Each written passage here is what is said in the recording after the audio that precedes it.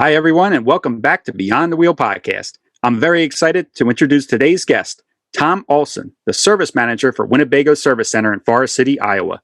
Tom talks about the many advantages of having service work performed at the Winnebago Service Center, as well as its history and all they are doing to keep not just the customer safe, but the employees as well during these times of COVID. So let's get this episode started. Hi, Tom. Welcome to the show. Can you tell us a little bit about yourself and your role at the Winnebago Service Center?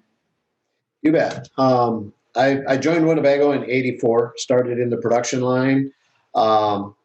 Enjoyed working with the folks over there, but just wanted to try something different. I like challenges, so I applied for a position as a service tech in our factory service center and joined the team over here in '87. Since that time, I've had a variety of roles. I worked in our customer care group for about 12 years.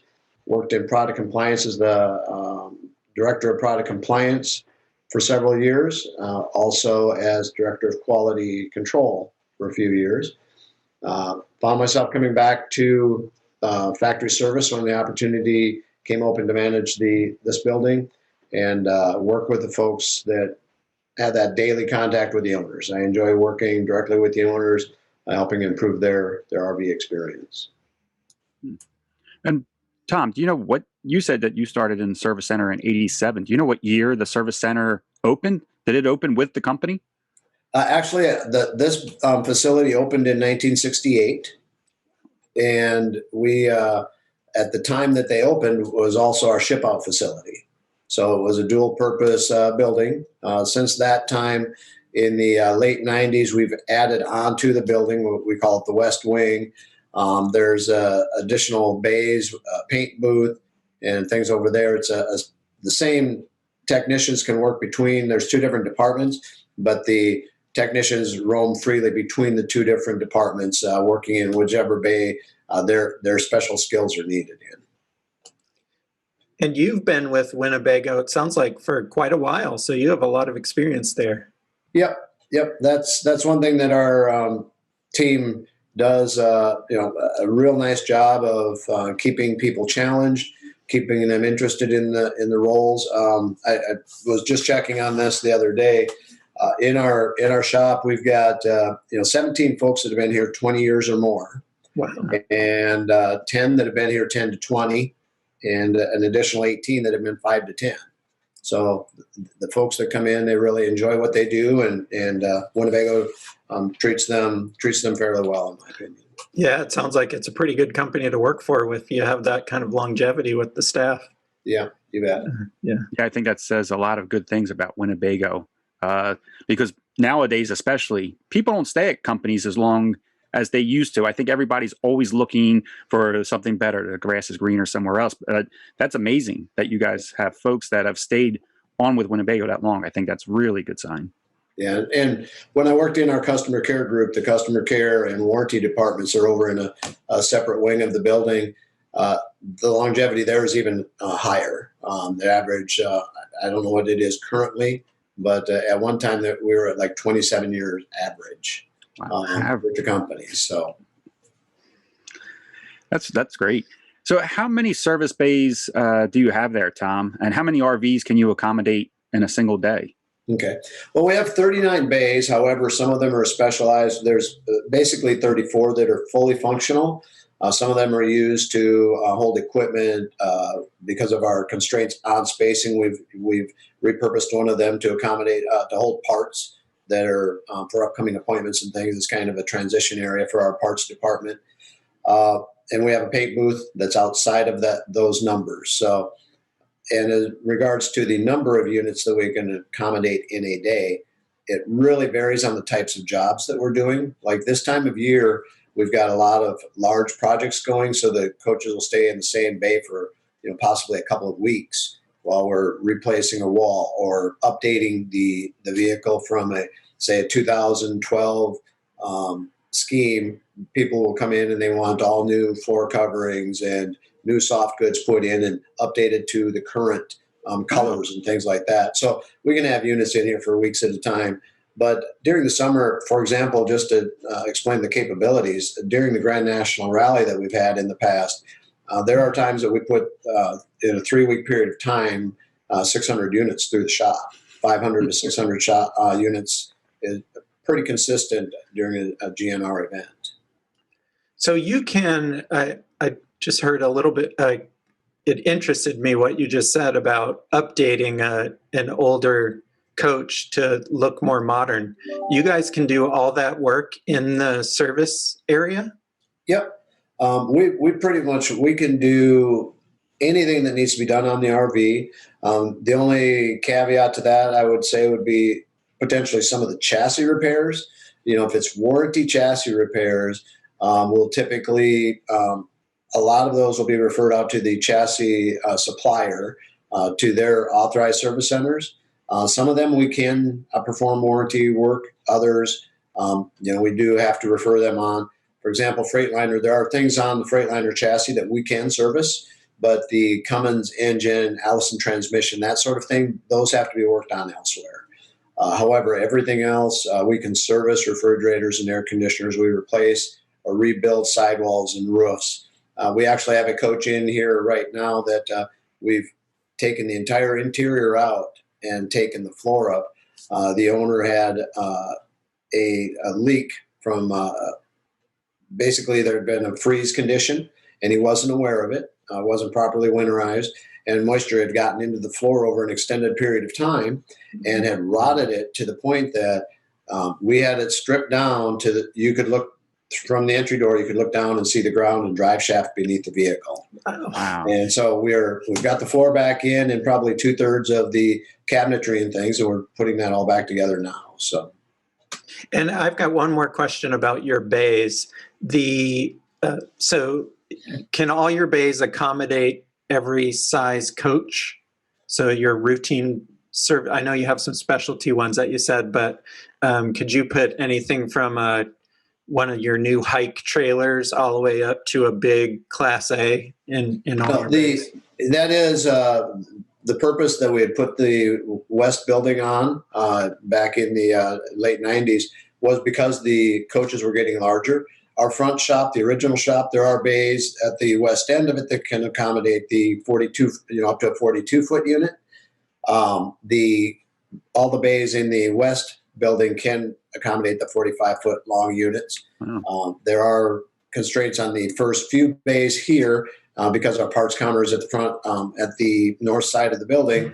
Those will only take up to about a 30-foot unit, and we have 3 hoists in the front shop and like 7 in the rear. We've also purchased a mobile lift system, so a 6-point column, so we can take that to any bay. It's Bluetooth technology. You can lift a tag axle unit. Wow. In any bay, you just use the remote, and it gives us more flexibility. So we have an additional hoist anywhere that we need it. So it's very helpful. That's a cool serious idea. hoist. Yeah. That's a cool idea, though, that you're able to move it from bay to bay instead of needing a particular bay to open up to bring in a vehicle in. That's pretty smart. Tom, with all those bays, how many employees do you have working in the service center? Okay, well, we have 41 service technicians that actually work on the coaches, and of those 41, we have a specified number that are chassis mechanics. There are some that are specialized in electrical repairs, be it 12-volt or 110. We have appliance repair technicians and body personnel, and then a couple of technicians that specialize in any of the slide outs and hydraulics that the coaches have on them.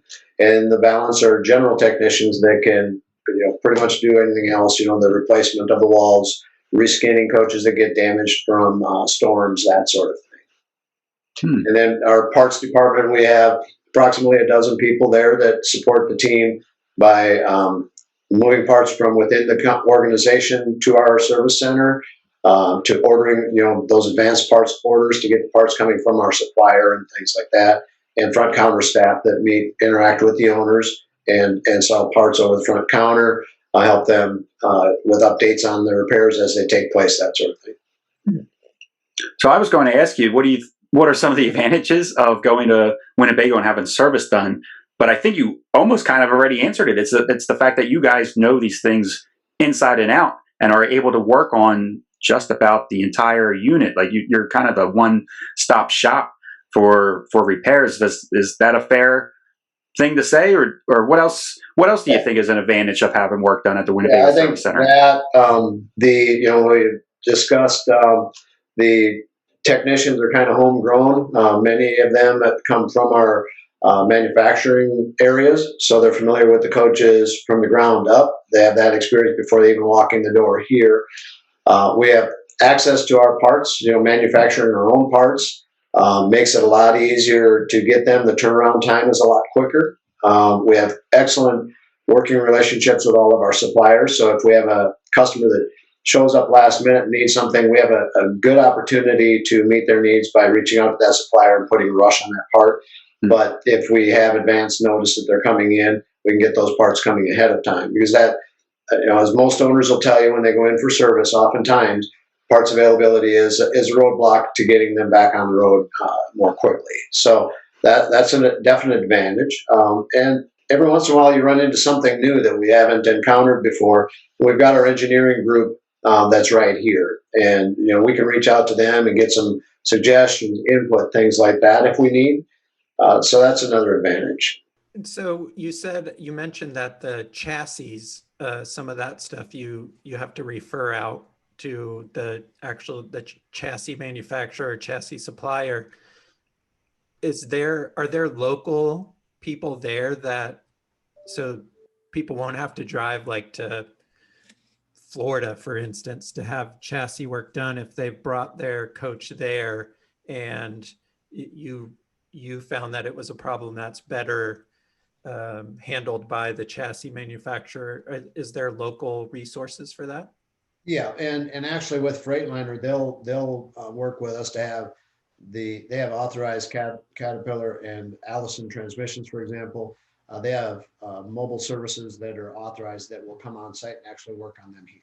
Oh, wow. That's even better. We've had trucks outside of our building with their equipment performing repairs here. There is authorized service center just 20 miles away in Clear Lake for Freightliner.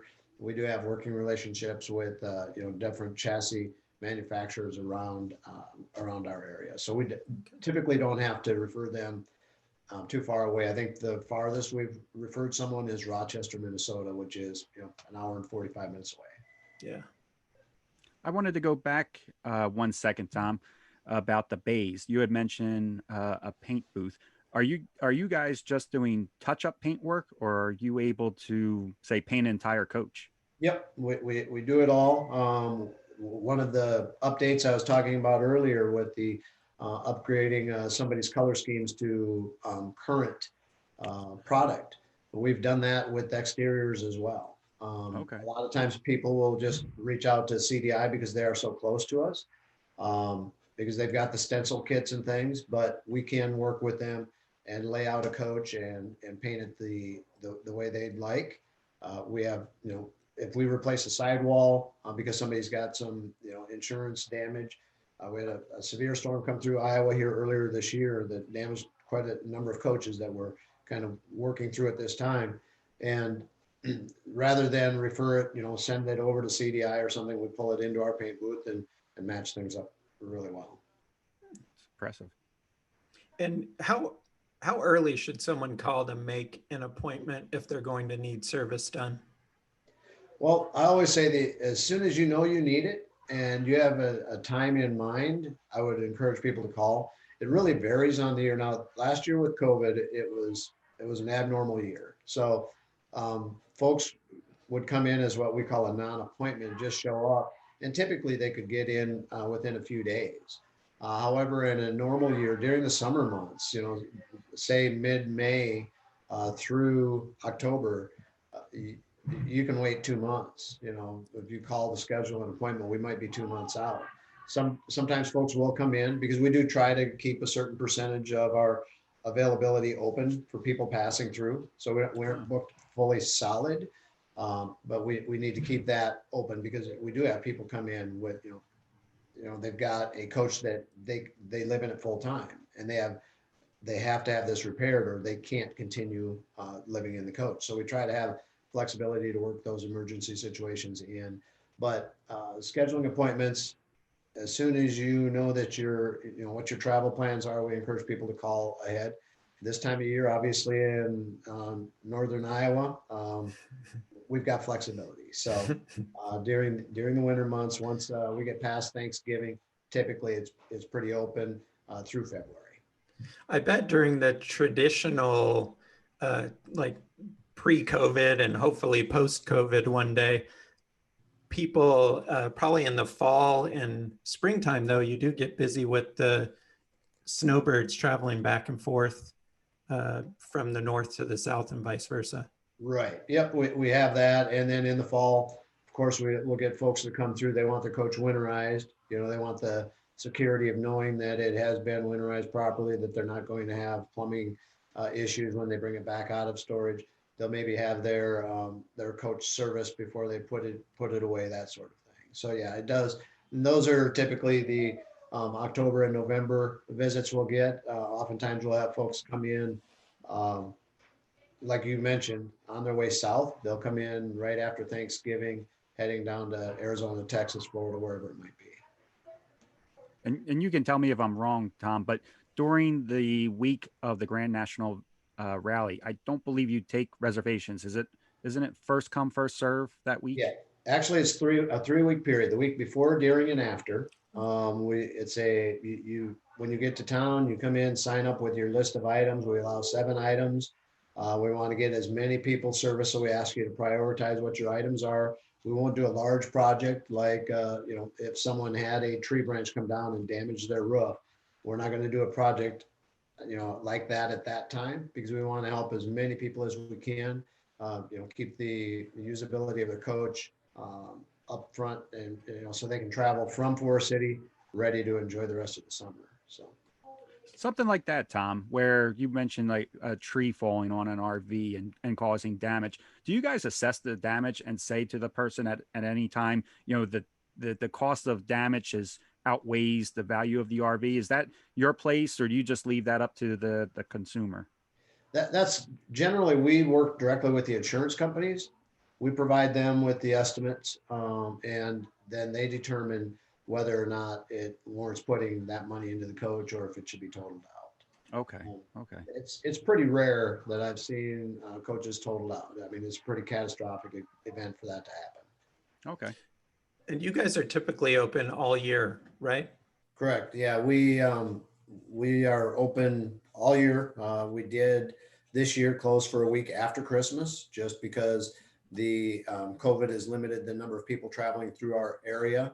And with the production area being shut down during that week anyhow, just didn't really see a point for our folks to be here and not have ample work available for them to keep busy.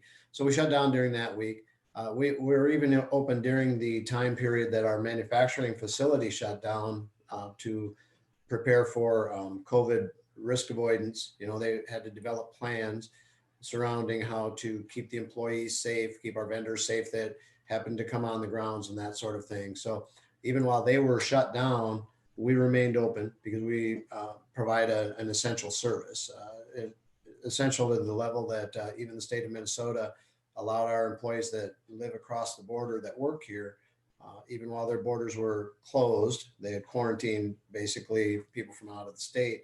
Our people were able to travel back and forth because they were providing an essential service. If you have a home, for example, that the furnace quits working, you expect to be able to have somebody come in and fix it, especially this time of year. And that's the type of repairs we do here in our service center. So while the factory was shut down, developing those plans, we had to kind of be quickly involved with our security and safety teams to come up with a plan for us to remain open. So we didn't close at all during that time frame. And when Kenny was there, he said you guys had a pretty good process for dealing with COVID-19 and keeping both your staff and the consumers who were getting work done safe. Can you explain that a little bit? You bet. So prior to the people coming in for their appointment, we will while booking their appointment, we ask them a series of questions. Their travel, have they been to hot zones, that sort of thing. Have they been exposed to anyone that's tested positive for COVID? Have they had any flu-like symptoms, that sort of thing? We have kind of a checklist that was CDC recommended, and our safety team does that for anybody coming into the complex. I mean, a vendor coming through our security gate has to go through that same questioning process, have temps taken, that sort of thing. But we also follow up a week before their appointment, because typically the appointments are made many weeks in advance. Well, things can change, so we call a week ahead of time just to make sure that we can plan on them still being here, because if they're not going to come, they're quarantined or something, that gives us an opening for someone else that might be, waiting for an opening. So we'll follow up with them then. And when they get here, again, I'll be out front in the mornings, talking with the owners, asking, as they come to the door, it's one customer or family at a time comes through the door. We ask those questions, take their temps, give them a wristband so they can be identified, so they don't have to go through that every time they walk in and out that day. And then when the coaches are brought around into the shop, well, I should back up. When our technicians go out to meet with them, we wear masks 100% of the time, with the exception of during our lunch breaks. And at that time, we're socially distanced from each other.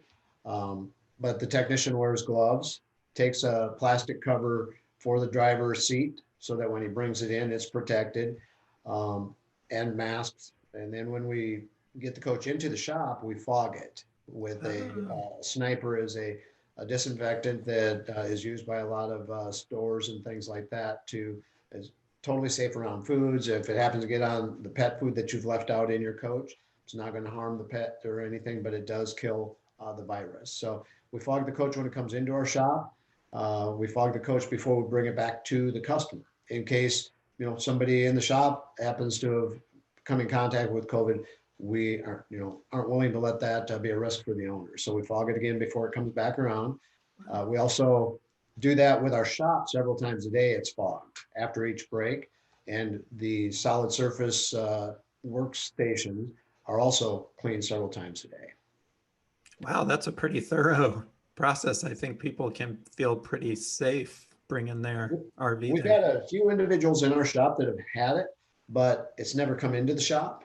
They've encountered it and been isolated or quarantined because a family member had it, brought it from school or somewhere else.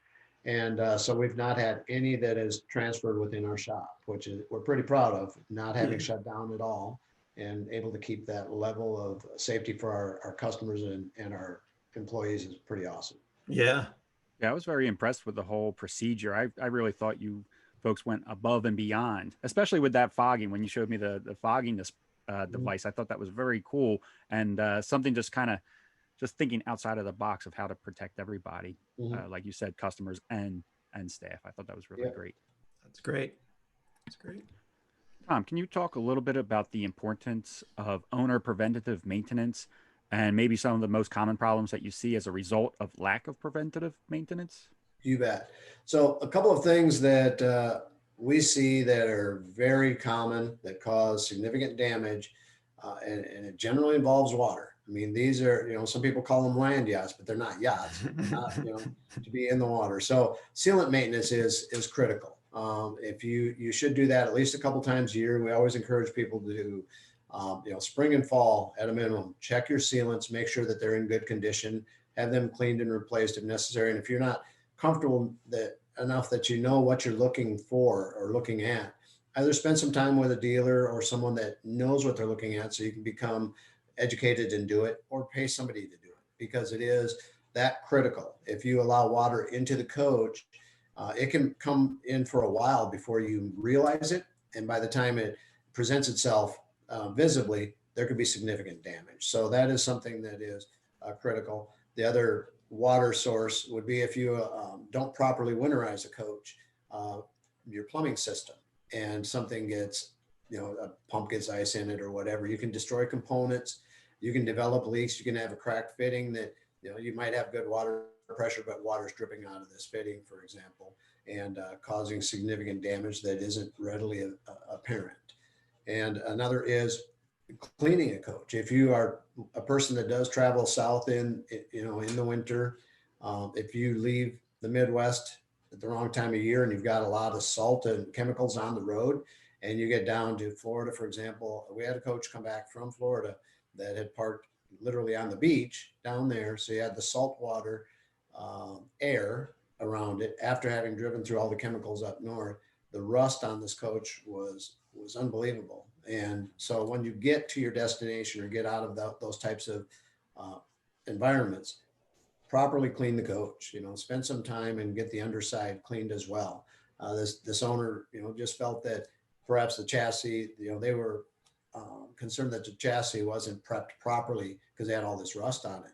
But, by the time we were able to show them that it wasn't just the chassis, it was the leveling system, which is manufactured by another company, the step and manufactured by someone else. And all these different companies did not have an issue with their protection to their finish at the same time. It was an outside environmental impact. So those three sources of water can really cause damage. And those are probably your key maintenance things over and above your normal people that, people are always familiar with. I need to change my oil. I have a generator. I should do a lube oil filter change on that periodically.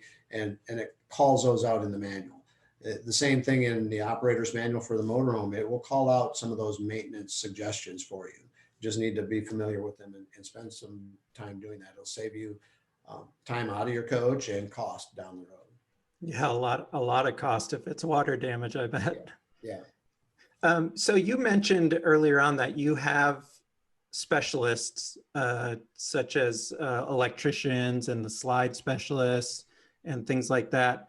And we know that for the last several years, there's been a shortage of our certified RV techs in the industry. Do you grow those technicians yourself? Do they all get trained there? Or is that something that you have to recruit? And so you're relying on training programs to bring those techs in? Well, it's a little bit of all of the above. So the majority of our techs, like I had mentioned earlier, are homegrown. They have spent time in our production areas, and so they're familiar with the product from the ground level up. Some techs, though, will come from, we've got a few that have come from dealerships. One gentleman just moved from Florida up here. He's a certified appliance repairman that came up here to work at Winnebago. We work closely with RVTI is the name of the organization now, helping them with their curriculum on what's required, and as other manufacturers do. These are the critical things that we need folks to be well versed in to be able to service RVs. So they are starting they've launched a new education program that's more closely aligned with what ASE has done in the past. It kind of gives people specialized areas, and you can get certified in several areas or one, depending on what your career path looks like, what you want to do with that. I think long term that's going to be beneficial to folks because the general training that they had before was very good, but you had to spend a lot more time learning all of those things to become certified.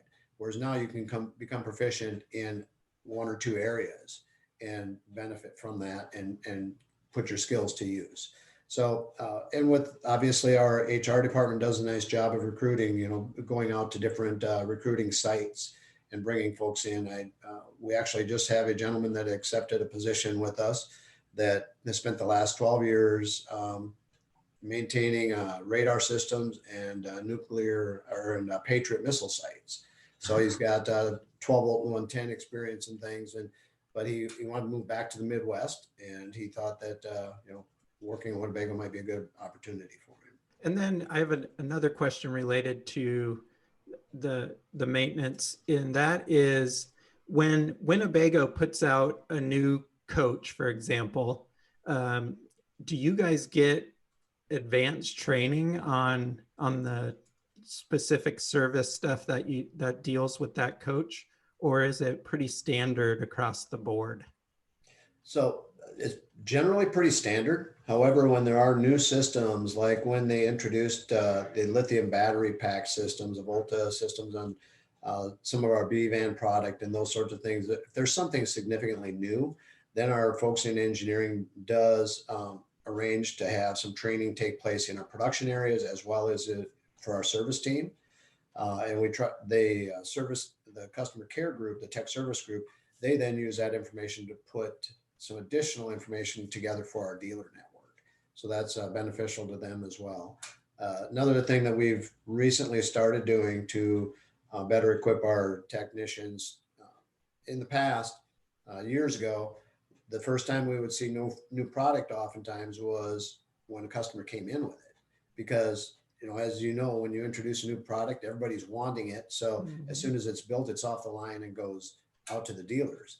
So there's not much time for it to just kind of hang around Forest City. But our folks in the engineering group and our upper management team has seen the importance of stage gating that process and letting everybody become involved and familiar with the product. So we're getting coaches into our ship out facility and into our service center to familiarize the staff around those coaches prior to them being blown out to the dealer network. I guess that's an advantage of being right there at the production facility too, is having that close relationship so you can actually see a lot of this stuff before it does go out. You bet. And then you said another interesting program. It sounds like you work really closely with the engineering group, because you had mentioned before we started talking about another program where the engineering group will kind of grab customers that are in for service and talk to them about their Winnebago experience. Yeah. So yeah, they've got the Voice of Customer program that they're really excited about. And prior to COVID, they would come over on a fairly regular basis during the summer months, and they'd ask for our team to identify some owners of specific models of coaches or series of coaches. Like the engineering group that handles the B-Van products would ask for someone that is using their product.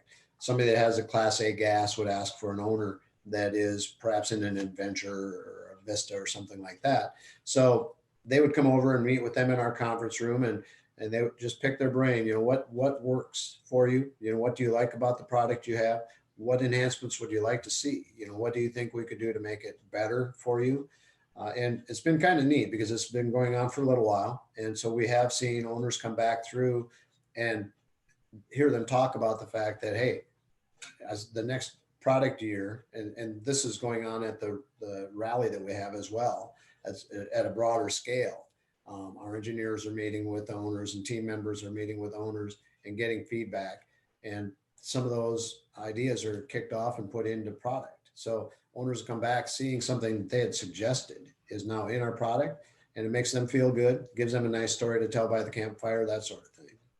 But yeah, and I more usable. So I always say, and I'm not a Winnebago owner, unfortunately, but I always say that Winnebago seems to have the best customer, I want to say customer relationship after the sale than any other RV manufacturer. It seems like you guys go above and beyond what a normal manufacturer does to get feedback from your customers to improve your products.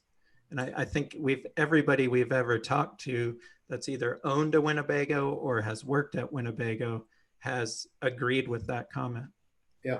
And I've always felt that way. I mean, like I said, I've been here for a number of years and I've always felt that way. But it seems like the last several years, they've really even stepped it up more. And I like that. They're being more, a little more serious and not sure how to phrase it, but they're paying attention to the specifics of what people are saying. They're not just taking general mentions of an idea.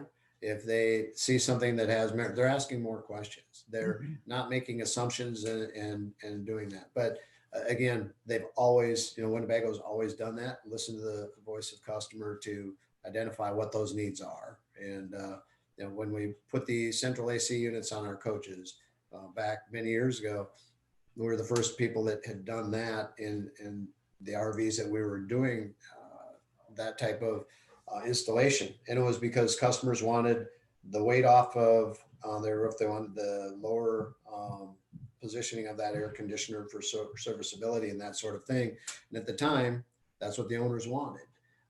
then, opinions change, times change, the equipment changes, the capabilities of those AC units because of some of the rules and regulations out there.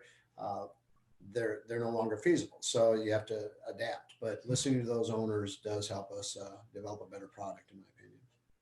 I think it's great that you guys not only listen, but you actually implement these changes. It's something that the customers do get to see, that it's more than just the listening. It's not just the fan service, I guess. Right. How much does Winnebago production listen to you guys in the service area? If you guys see something that you don't think is right, or maybe something that keeps on coming up that's common, can you go to the production team and say, hey, we're finding this being an issue on some of the models? Well, typically what we'll do is, and this happens, we actually have weekly meetings with our folks from the quality group, quality and warranty, but just things that we see with any repetitive nature goes into our minutes for that meeting so that they can dig into it. They do something called a quality focus group with the production folks. They'll go down to where these activities take place surrounding the issue that you're seeing, make sure that things are being done per the design intent, that sort of thing. Make sure that the people are have the tools and the training they need. Make sure that everything that we're building now is compliant with the intent, that sort of thing. But they'll come over on a fairly regular basis and just ask how things are going, if we've seen anything new or unique. And so it really does help us keep things from escaping the complex. So it really shortens the time between identifying an issue. You don't have to wait for warranty claims to come in. We do customer pickups here at Forest Cities. Some owners just choose to come and pick up their coach here. And so we've gone through that coach with them. They use it for a bit and they come back through. We get immediate feedback like that. So beneficial. And I got a strange question for you, Tom. In the last couple of years, what's the, I don't know if you guys even keep track of this, but what's the oldest Winnebago RV that you've serviced in the last couple of years? Do people keep them for a long, long time? Yeah, I guess I can't tell you the exact age, but I know that we had a Brave in that was between 70 and 72. Wow. Winnebago Brave that was in here. So yeah, we service them. It's not uncommon at all to have coaches that were built in the 90s coming through. And you still can get parts for those? The majority of them, yes. Yeah. Oh, okay. Wow, that's great. A lot of the components that go in, for example, the toilet may not be in existence anymore, but there'd be a suitable replacement. But if it's a Winnebago manufactured component, that's one thing that we pride ourselves on. We're better than anyone in the industry to be able to support that aftermarket repair, even beyond the warranty time period, because a large portion of those parts we manufacture ourselves, so we have the molds and tools to do so. Oh, okay. Yeah, that's really great. Yeah, I think that's something that a lot of people don't know, is just how much of the components that go into a Winnebago RV are actually manufactured at Winnebago. The shower molds, even the tanks, the fresh tank, the sewer tank, all that stuff is molded. It's not just a square box tank that you guys have shipped in from another supplier. You guys actually make all that stuff to fit a Winnebago. Right, and that's out of necessity because our engineers and our product design team want to make the most use of all the space that's available. So being able to build your space and then build a tank that will fit into it and maximize the space outside of that tank, rather than buying a tank from somewhere else, putting it in there, and then develop something around it, just gives them greater flexibility and ability to use the space that's available on the coach. So I think, Tom, that is all of our questions. Unless you think there's something that we might have missed or that you would like to add to the conversation. Well, I guess one thing I'd mention, a lot of owners that come through, they'll remember the technicians that they've had previously just because of the experience they've had with them. I think a large part of that bonding takes place because our technicians, enjoy the same lifestyle events that our owners do. They're out on the weekends, they're canoeing or kayaking, or they're out bike riding, they're out camping, boating, fishing. They're doing the same things that our customers, are doing on their travels. So it gives them that commonality. We want to make sure that they're out doing that instead of in seeking service. You know, if they're coming in to have something added on to make the coach more usable, that's a great thing. If it's something that they need a warranty item that needs to be taken care of, we want to take care of that and get them back on the road as quickly as we can. Yeah, I know that I was just there in October, and Shane took good care of me. And you're right. I remember Shane's name, and I remember Rebecca's name up the front counter because we chatted for a little bit too. She's very nice. She's been there, I think, a long time, and Yeah. She always takes very good care of Sabrina and I when we come in there too. One question that we didn't ask was what an owner should do or keep in mind before scheduling an appointment. Maybe don't, I mean, if you have an emergency that you need to get in and get something taken care of, do that. But if you've got a kind of a little stubborn nagging thing that you want to have addressed, maybe spend some time thinking about other things you'd like to have done on that same service visit. So that when you schedule your appointment, maybe you want to, have some window awnings added or something like that. Try to schedule those at the same time you schedule your appointment. Allows us to get the components in if we need to, or do some research to see if it's something that can be done for your RV, that sort of thing. If you get here and then decide, it can just delay your stay, or your ability to have that done on that service visit. And then you're scheduling another one. I know it's always frustrating for me when I leave somewhere and, I should have had this done. So a little foreplanning in your appointment is beneficial. Oftentimes we'll have folks come, they'll have an appointment for 3 things, and then they want to add 3 or 4 more items, and some of them significant. And we just, because of the schedule that we got around them, don't have that ability because we have other owners that, we've promised our time to as well. Well, thanks so much for taking time to come on the show and talk to us about the Winnebago Service Center and service in general. I think it's very valuable to hear from someone like you how the process works and kind of the behind the scenes, so people better understand what happens when they bring their RV into a service center to get work done. You bet. Thanks, guys. Yeah, thank you. We would like to thank Tom for coming on the show and telling us the inner workings of a major RV service center. As you could hear, it needs to be a fine-tuned operation to service so many RVs throughout the year. If you are interested in learning more about Winnebago, they can be found at winnebago.com. As always, a big thank you to Battleborn Batteries. Go to battlebornbatteries.com to see how lithium batteries and other electrical components can make your camping experience so much nicer. Also, follow us on Instagram, Twitter, and Facebook for what is happening at the Beyond the Wheel podcast. Thank you, everyone, and see you in 2 weeks.